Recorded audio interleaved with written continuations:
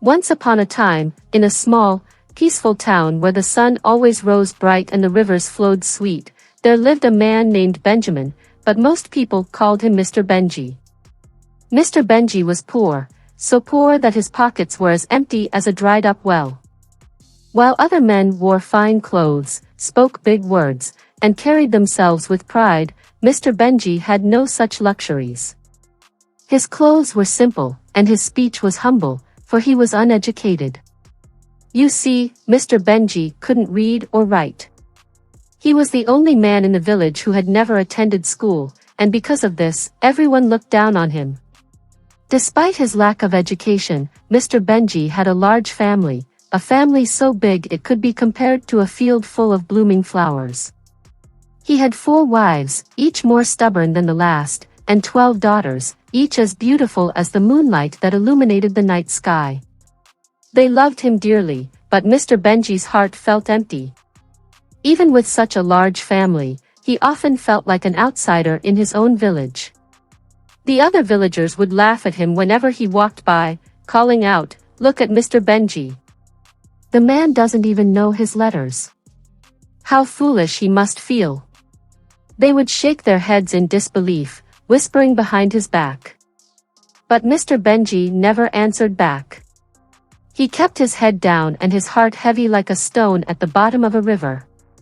He walked past them in silence, the weight of their mockery like a shadow following him, always present, no matter how bright the day. To the villagers, he was just a poor, uneducated man, and they believed they knew everything about him. Little did they know, Mr. Benji was hiding a secret so big it could change everything. For, in truth, Mr. Benji was not poor at all. In fact, he was the richest man in the village. A billionaire with fortunes far beyond anyone's wildest dreams. But he kept his wealth hidden from everyone, even from his wives and daughters, for there was more to his fortune than anyone could imagine. His wealth was not just in gold or land, but in something far more valuable, something no one else could ever possess, not even the cleverest men of the village. And as Mr. Benji walked through life, quietly enduring the villagers' laughter, he knew that one day, when the time was right, his secret would be revealed. But for now, he carried on in silence, holding his secret close to his heart, waiting for the day when the world would finally see the truth. You see, Mr. Benji's story was just getting started, and soon, you'd realize why you should never judge a book by its cover. A poor man today might be your helper tomorrow. Now, when Mr. Benji reached his 60th year, trouble knocked on his door, and it knocked hard. He fell gravely ill. One day, he woke up to find his hands as heavy as stones and his legs as stiff as dry branches. He tried to lift them, but they wouldn't budge. It felt as though his own body had turned against him, as if it had decided to betray him in his old age. His family, seeing their father struggle, hurried to find healers. They went from one healer to another, carrying him on their backs like a sack of millet, hoping and praying for a cure. The healers rubbed herbs on his skin, whispered chants in his ears, and gave him bitter roots to chew, but nothing worked. Not a single drop of improvement came. Mr. Benji's sickness only grew stronger, spreading over him like dark clouds before a mighty storm. As the days turned into weeks, his family grew weary. They spent every coin they had, trying to find a cure, but Mr. Benji lay there, weaker than before. His hands refused to move, and his legs remained still, as though frozen in time. The sickness had taken hold of him like a fish caught in a net, and his family's patience began to thin, like the last drops of water in a dry season. They watched helplessly, waiting for some miracle that never came. As Mr. Benji lay helpless, his family slowly began to turn their backs on him. One by one, like leaves falling from a tree in the heat of Hamadan, they grew distant. His wives, once so devoted, looked at him with eyes full of regret, whispering to each other as they looked away. The once vibrant family, which had been like a field of flowers, now seemed like a wilted garden. The laughter of the village still echoed in his ears, but now, it wasn't just the villagers who mocked him, it was the very people he had loved and cared for. Each other. "What a mistake we made marrying this useless man," they would say. "We deserve better." Even his daughters, who were as beautiful as the stars on a clear night sky, had no respect for their father. They were the pride of the village, their beauty drawing the eyes of every rich man in town. But when Mr. Benji tried to speak to them, to offer advice or tell them right from wrong, they would roll their eyes and laugh. "Why should we listen to you?" they sneered. "What do you know? You're nothing but an illiterate old man. Go to school first before you tell us what to do." Their words stung Mr. Benji's heart like thorns, but he could do nothing. He lay there, helpless, watching as his own family drifted further away, treating him as if he were a burden, a shadow they wished would disappear. And so, Mr. Benji lay silent, his heart as heavy as a rock, abandoned by the very family he had cared for all his life. His sickness grew worse, swallowing him up like a dark storm. He lay there, unable to control his own body, wetting himself, soiling his clothes. But his daughters only laughed at him, mocking him in his misery. They didn't lift a finger to help. They didn't cook for him, didn't clean his clothes. They left him lying there, his clothes smelling foul, as if he were nothing more than a forgotten rag. It was only the kind neighbors, those who had always seen the goodness in Mr. Benji, who took pity on him. They brought him food, clean clothes, and even offered prayers for his recovery. They treated him with the respect he deserved, unlike his own family.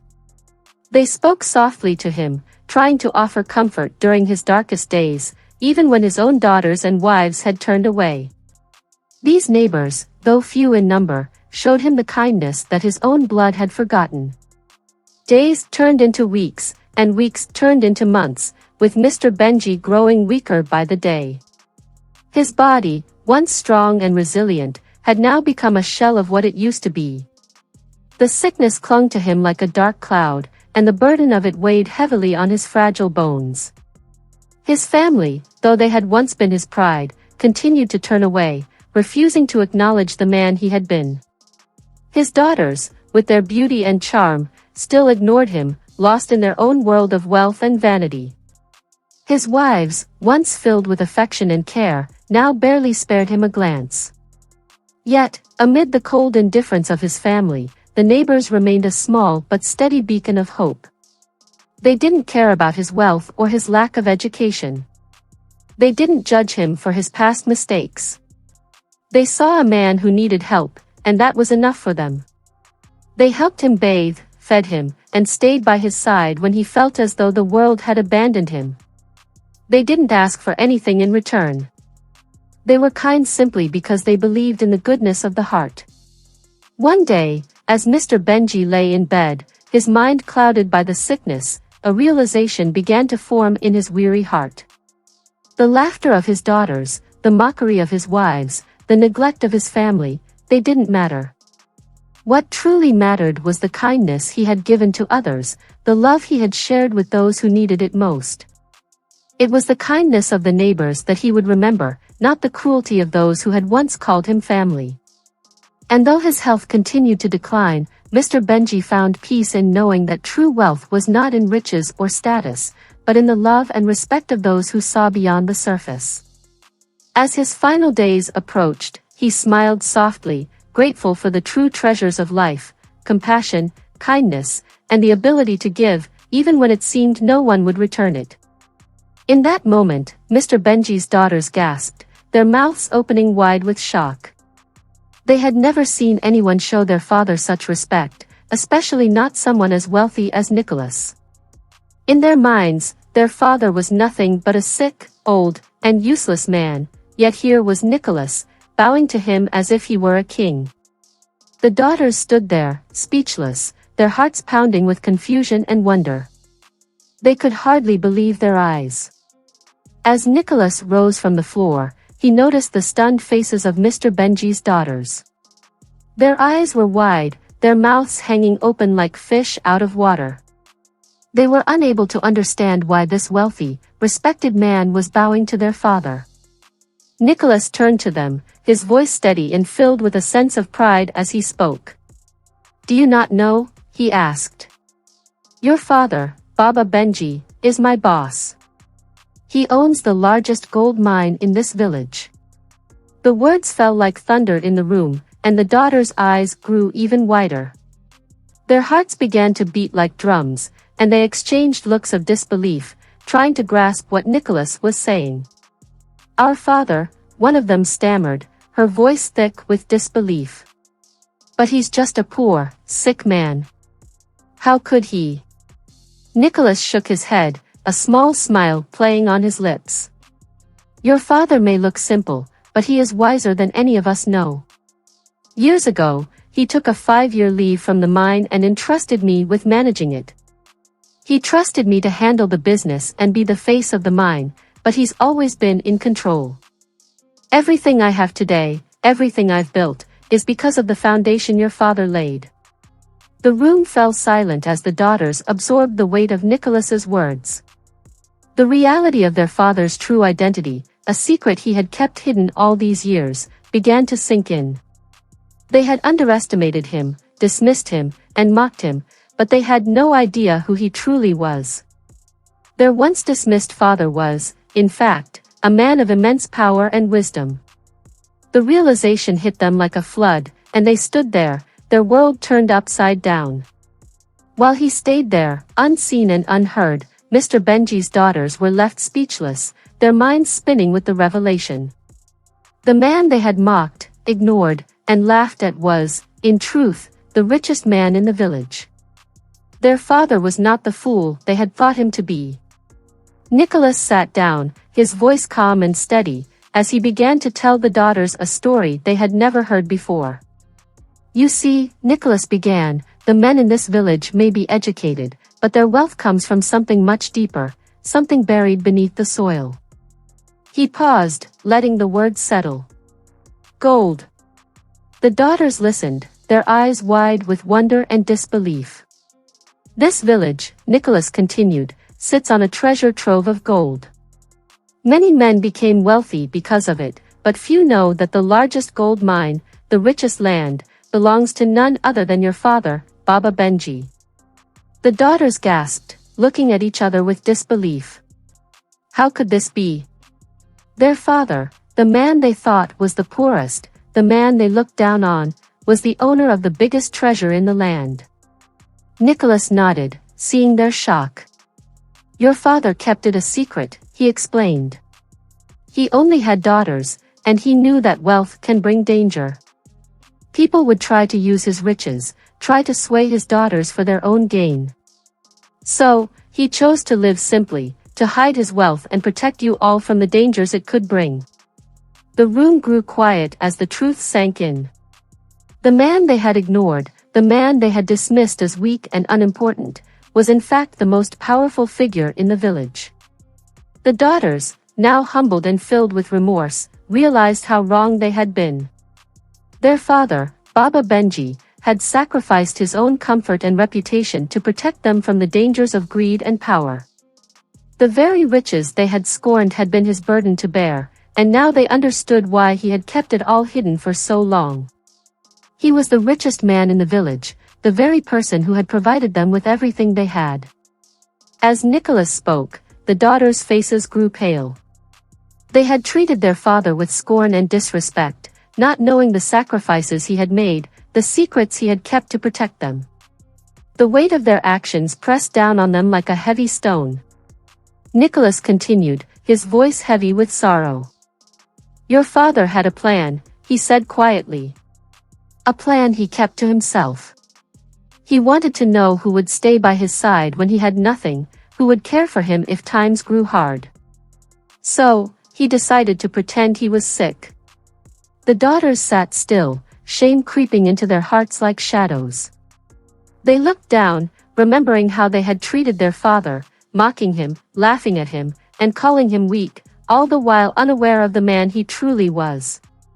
"Your father thought," Nicholas continued, "that perhaps, in his weakest moment, his family would gather around him, support him, and show him love. But one by one, everyone he cared for turned away. The room fell silent, the air thick with regret. The daughters could barely look up. They had never understood why their father had seemed so distant, so removed from them. Now, they realized that it was his test, his way of seeing who would remain loyal, who would truly care. Not even his wife stayed, Nicholas added softly. They left him. And you, his daughters, you laughed at him, mocked him, while he lay there hoping for a single hand to hold him, a single heart to care. The daughters felt their faces grow hot with shame. Each cruel word they had spoken, each time they had turned away from him, came rushing back like arrows piercing their hearts. They had laughed at their own father, thinking him worthless, never once guessing that the man they had so casually dismissed was the one who held the power to change their lives forever. Quietly watched them all, waiting for the moment when they would see him for who he truly was. But in his lowest moment, they had all failed him. News of Mr. Benji's true wealth spread through the village like wildfire. The people who had once laughed at him, who had called him a fool and looked down on him, now stood frozen in shock. Their whispers filled the air like the rustling of dry leaves, voices filled with disbelief and regret. How could we have been so blind, the villagers murmured. Mr. Benji, the richest man among us, living like the poorest. Mr. Benji's daughters felt their hearts sink like stones into deep water. Every laugh, every harsh word they had thrown at him came rushing back to their minds. They remembered the times they had turned away, mocked him, and left him lying helpless and alone. His wives too felt the sharp sting of regret. They had walked away, thinking they deserved more, thinking Mr. Benji had nothing to offer. But now, they saw the truth. They had lost everything, the life they could have lived, the comfort and joy they could have had, all slipped away because they had turned their backs on the one who loved them most. The entire village felt the weight of their shame, but none felt it as heavily as Mr. Benji's own family. They had not just lost wealth, they had lost the trust, the warmth, and the love of a father who had always cared for them. The riches they had so easily scorned now seemed like a distant memory, overshadowed by the realization that they had pushed away the very man who had given them everything they had ever known.